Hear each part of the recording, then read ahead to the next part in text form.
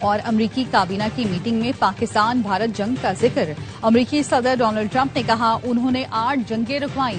پاکستان اور بھارت دونوں ایٹمی قوتیں ہیں، ان کی جنگ رکوائی۔ صدر ٹرمپ کا ایک بار پھر پاکستان بھارت جنگ میں طیارے گرنے کا ذکر۔ کہا پاکستان بھارت جنگ کے دوران 11 طیارے مار گرائے گئے۔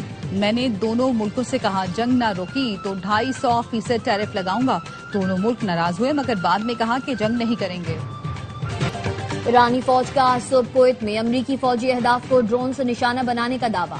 پاسداران انقلاب کا کہنا ہے ایرانی فوج نے جزیرہ کشم پر حملے کے جواب میں آپریشن ساقہ کے تحت کویت میں احمد الجابر اڈے پر امریکی فوج کے جنگی طیاروں سیٹلائٹ مواصلاتی نظام کو نشانہ بنایا۔ امریکی فوج کے گودام پر بھی ڈرون سے حملے کیے۔ عراق میں سعودی اور امریکی حملے میں نشانہ بننے والے پاسداران انقلاب کے 5 ارکان کی لاشیں ایران پہنچا دی گئی۔ ایرانی میڈیا نے 5 افراد کی تصاویر جاری کی ہیں۔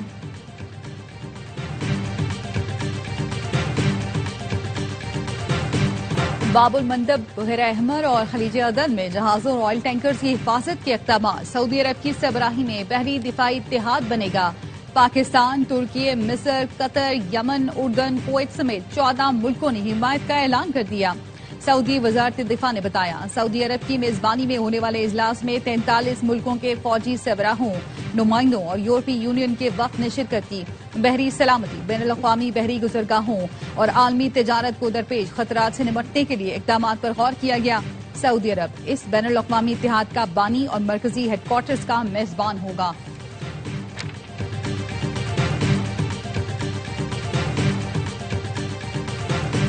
اور امریکی حملوں سے ایران کو بھاری نقصان پہنچ رہا ہے۔ صدر ٹرمپ کا دعویٰ، کہا ایران کے پاس پیچھے ہٹنے کے سوا کوئی راستہ نہیں ہوگا۔ جنگ ہمارے حق میں جا رہی ہے، ہم ایران کو بھرپور نشانہ بنا رہے ہیں۔ فتح کا سلسلہ جاری ہے۔ حماس ہتھیار مرحلہ وار چھوڑنے پر رضامند، غزہ بورڈ آف پیس کا اعلان۔ ایکس پر بیان میں کہا حماس کے غیر مسلح ہونے کے بعد اسرائیلی افواج کے غزہ سے انخلا کی راہ ہموار ہوگی۔ حماس نے جنگ بندی کے اگلے مرحلے پر عمل درآمد کے لیے ایک تفصیلی روڈ میپ پر اتفاق کر لیا۔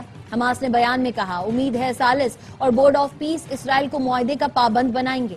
امریکہ، قطر اور ترکی کے ثالثوں کا قاہرہ میں جلد اہم اجلاس متوقع۔ امریکی صدر ڈونلڈ ٹرمپ کا کہنا ہے جیسے ہی غزہ کو غیر مسلح کرنے کا عمل مکمل ہوگا اسرائیلی افواج واپس چلی جائیں گی۔ بین الاقوامی استحکام فورس فلسطینی پولیس کے ساتھ مل کر غزہ کی ذمہ داری سنبھالے گی۔ یہ معاہدہ دیرپا امن اور سلامتی کی جانب اہم سنگ میل ہے۔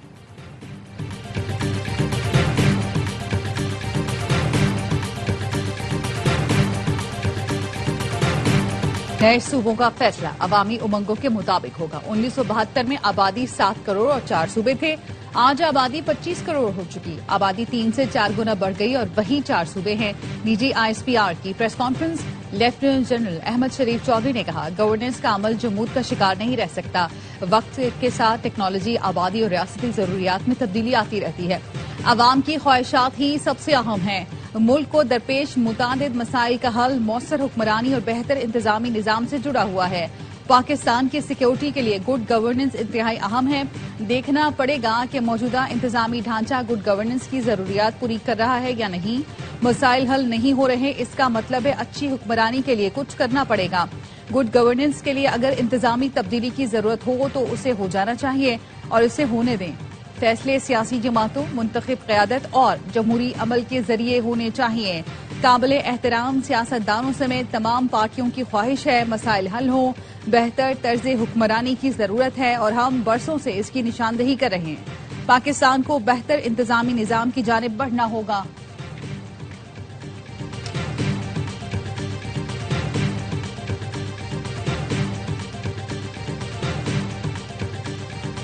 پیٹرول 1 روپے 9 پیسے فی لیٹر مہنگا، نئی قیمت 336 روپے 15 پیسے فی لیٹر مقرر۔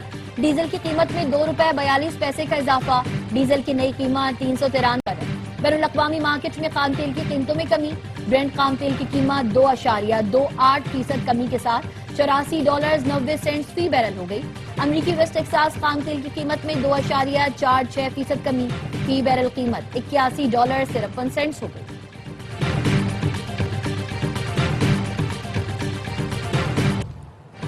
بنگلہ دیش کی حکومت کا مسلسل تیسرے ماہ بھی پیٹرولیم مصنوعات کی قیمتیں برقرار رکھنے کا اعلان۔ اگست کے دوران بھی صارفین پیٹرولیم مصنوعات موجودہ نرخوں پر ہی خرید سکیں گے۔ قیمتیں 31 مئی 2026 کو جون کے لیے مقرر کی گئی تھی اور اب اگست میں بھی ان میں کوئی تبدیلی نہیں کی گئی۔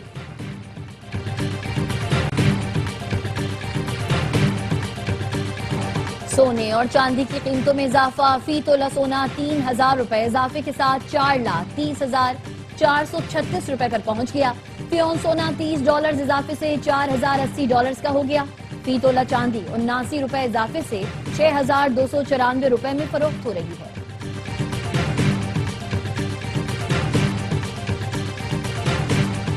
کوئٹہ کے نواحی علاقے میں کوئلے کی کان میں حادثہ، جاں بحق کانکنوں کی تعداد 34 ہو گئی۔ کان میں پھنسے کانکنوں کو نکالنے کے لیے ریسکیو آپریشن جاری۔ گزشتہ روز کوئلہ کان میں گیس بھر جانے کے باعث دھماکہ ہوا تھا۔ صدر آصف علی زرداری اور وزیر اعظم شہباز شریف کا کان حادثے میں مزدوروں کے جاں بحق ہونے پر دکھ کا اظہار۔ صدر زرداری نے کہا، کان میں پھنسے تمام مزدوروں تک جلد رسائی کو یقینی بنایا جائے۔ وطن کی تعمیر و ترقی میں محنت کش طبقے کا کردار قابل قدر ہے۔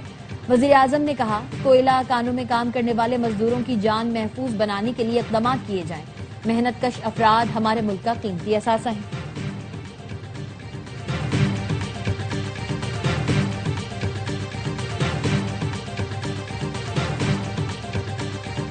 براڈ پیک پر برفانی تودہ گرنے سے لاپتہ 10 کو پہماؤں میں سے 4 کی لاشیں مل گئیں۔ قراقرم کی چوٹی پر بین الاقوامی ٹیم کے دیگر ارکان کی تلاش کے لیے آپریشن جاری۔ حادثے میں امریکہ، نیپال، عمان اور پاکستانی کو پہما لاپتہ ہوئے۔ گزشتہ روز براڈ پیک سر کرنے کی کوشش میں ٹیم اچانک برفانی تودے کی زد میں آ گئی تھی۔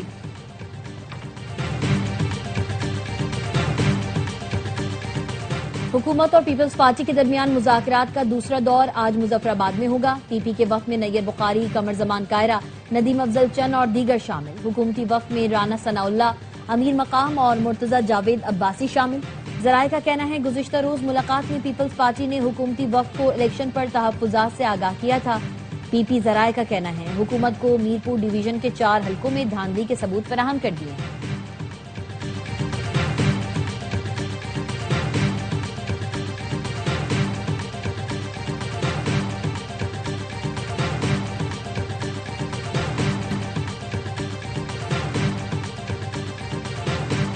کسی کو عوام کے استحصال اور سسٹم میں مداخلت کی اجازت نہیں دیں گے۔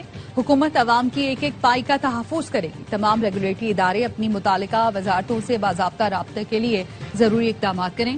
آئل ریفائنریز کی اپ گریڈیشن پر کام تیز کیا جائے۔ وزیر اعظم کی اوکھلا کی اصلاحات، ادارہ جاتی استعداد میں بہتری سے متعلق اجلاس میں گفتگو۔ کہا، بندرگاہوں اور ریفائنریز سے پیٹرول پمپس تک سپلائی چین کی ڈیجیٹل نگرانی کی جائے۔ چیئرمین اوگرا کی ادارے کی موجودہ کارکردگی، درپیش چیلنجز، جامع اصلاحاتی پروگرام پر بریفنگ۔ ملک کے مختلف حصوں میں بارش سے موسم خوشگوار۔ وفاقی دارالحکومت اسلام آباد اور راولپنڈی میں وقفے سے بارش، گرمی کا زور ٹوٹ گیا۔ سیالکوٹ کی تحصیل پسرور میں موسلا دھار بارش کے باعث نشیبی علاقے زیر آب، پانی گھروں اور دکانوں میں داخل ہو گیا۔ میاں چنو، جہانیاں، چنیوٹ اور ناروال میں بھی وقفے سے بارش، مختلف علاقوں میں پانی جمع۔ پنڈی بھٹیاں، ملکوال اور سرائے عالمگیر میں بھی کہیں ہلکی کہیں تیز بارش۔ سوات میں بھی مانسون کی بارشیں، دریائے سوات اور مقامی ندیوں میں پانی کی سطح بلند ہو گئی۔ بنیر اور محمد میں رات سے بارش، ندی نالوں میں پانی کا بہاؤ بڑھ گیا۔ بعض علاقوں میں لینڈ سلائیڈنگ سے آمد و رفت متاثر۔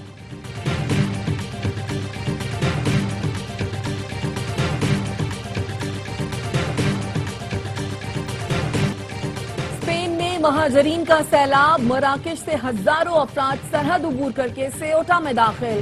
یورپ میں داخلے کی خواہش میں 9 افراد ہلاک۔ سیوٹا حکومت کے مطابق 10 روز میں 39,000 مہاجرین داخل ہو چکے۔ اسپین نے فوج طلب کر لی۔ Chairman P C B Mohsin Naqvi کی زیر صدارت پی ایس ایل انتظامیہ اور فرنچائز مالکان کی meeting. H B L P S L season 11 کے کامیاب انعقاد کا جائزہ، اگلے سیزن کی تیاریوں پر تفصیلی گفتگو کی گئی۔ شرکاء نے کامیاب ایونٹ پر چیئرمین پی سی بی اور ٹیم کو داد دی۔ پی ایس ایل اور فرنچائزز کے اشتراک سے مرچنڈائز پلیٹ فارم لانچ کیا جائے گا۔ پی ایس ایل کی گورننگ کونسل کا اہم اجلاس اگست کے آخری ہفتے میں ہوگا۔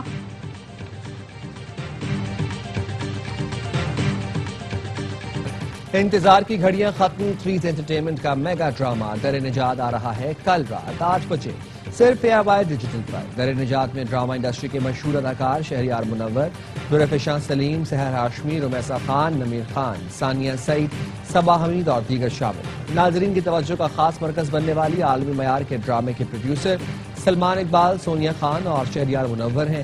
کہانی عمیرہ احمد نے لکھی، ہدایت کاری کے فرائض ثاقب خان نے انجام دیے۔ دل کو چھو لینے والی کہانی دیکھنا نہ بھولیں۔ 1 اگست سے ہر جمعہ اور ہفتے کی رات 8 بجے صرف ARY ڈیجیٹل پر۔